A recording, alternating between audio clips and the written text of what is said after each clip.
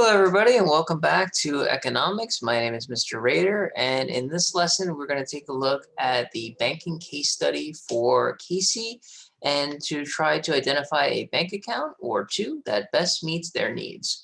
So what we want to look at first is a quick review of the budget that you created for Casey on day 11, and to think about the decisions that Casey will need to make to maximize their savings. So let's go back first to day 11 and let's take a look at Casey's spending records together. And you may remember this from the lesson that you had with your teacher, that at the end of the month, Casey was left with a $0 balance in their account. And there was a point on April 14th, 2018, where Casey's balance actually went into the red. It became negative. And depending on the kind of account that Casey has in their bank, Casey may have been subjected to an overdraft fee. And as we'll see in the case study for this particular checking account that Casey had, Casey did not have to worry about the overdraft fee, but in general, something that you all should be very well aware of. And I tell my students this every year when I teach banking to them. If your balance goes below $0, you may be subject to overdraft fees, and many of the major large institutions, including Chase Bank, TD Bank, Capital One, among others, they do have overdraft fees. So it is something that we need to be really, really aware of. So in our case study for today, what we're going to look at is Casey's Bank Research Tracker. We're going to look at Gotham's cooperative student checking account terms, and we're going to identify some possible bank account options that can best meet Casey's needs as they move forward in senior year. So when we take a look at the banking case study, in this scenario, as you know by now, in this unit of study, Casey's a senior at Economics High School. And we see in the scenario that Casey saved $3,000, but has already spent $2,750 in miscellaneous items, netting a leftover balance of $250 in disposable income that could then be invested into a bank account. Now, in the dilemma, we know that Casey's been using a student checking account since their parents signed them up for one in middle school at Gotham Cooperative Credit Union. And we want to figure out, in terms of advice for Casey, what might be the best banking option for them. So when we open bank accounts, we're not limited to only one possible account. We can have a checking account, we can have a savings account, we can have a certificate of deposit, otherwise known as a CD, and among different options, right? In order to come up with the best possible decision, we're going to need to weigh various opportunity costs, including interest rates if they're offered on savings accounts or checking accounts. Usually they tend to be offered on savings, not so much on checking accounts. Minimum balance requirements so that we don't get hit with fees, and overdraft fees so that we can make a really informed decision. So we're going to take a look at the organizer on the next page and think about what Casey needs, right? We know that Casey is going to need an account that provides a debit card and allows some flexibility in depositing and withdrawing, as the account often falls to $0 month to month. So we'll take a look at three possible bank account options. I'll show you two that we could explore together, and then you can identify the bank account options that are going to work best for you.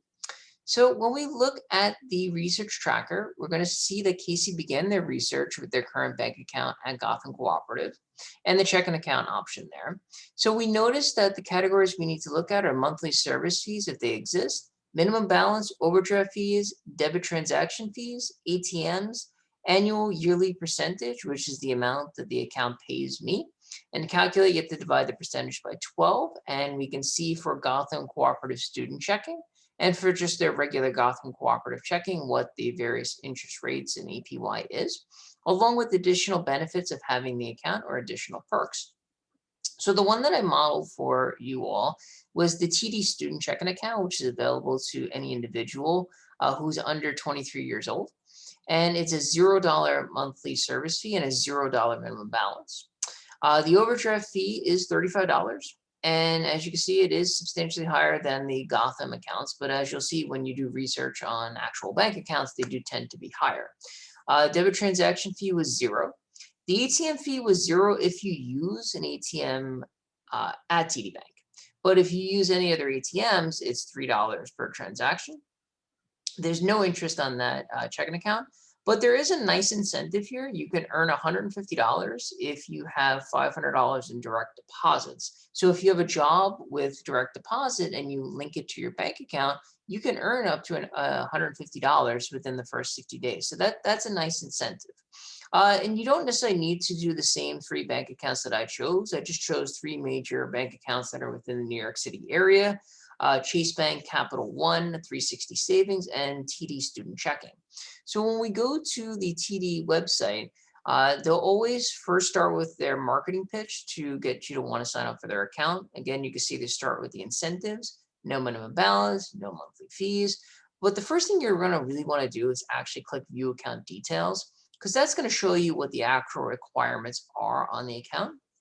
So you may want to pause just for a minute and read through some of the details on the account guide in terms of their requirements. And then under the checking account, we can also do side-by-side comparisons from one account to another, okay?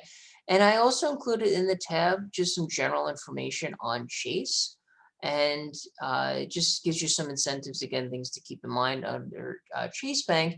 They break it down for everyday users, kids and students, and premiums. So when you go into kids and students, there are high school checking accounts for students who are 13 to 17, college checking accounts for college students 17 to 24. And like with TD, you really do need to do your research to really understand the specific details. So under the college accounts, the same thing. We'll have the key features, and then the more specific nuanced data. And under the specific information, we could learn for the checking accounts, what are the associated fees. Now, unlike TD Bank, it's not as obvious in terms of the overdraft fee, right, which was indicated here. So what I had to do to figure that out is I just Google Chase overdraft fee, and I see right away it's $34. And I look at the link, I see it's from chase.com. And I click on the FAQs to learn more, and they highlight it, they make it very clear. It's a $34 insufficient funds fee. So sometimes you do have to do a little bit more investigation to learn more about the specific components of any given bank account. So again, that's what you'll want to do, and that'll help you to identify the best possible account for Casey, and really try to apply it also to your own lives to consider what savings account or what checking account you might want to have to best begin growing your money. And that's something that we'll be looking at in later installments of the video series when we begin thinking about investments, risk and reward, and the best way to help our money grow. All right, so with that, I'm going to end today's video, and I hope that you all have a great day. Take care.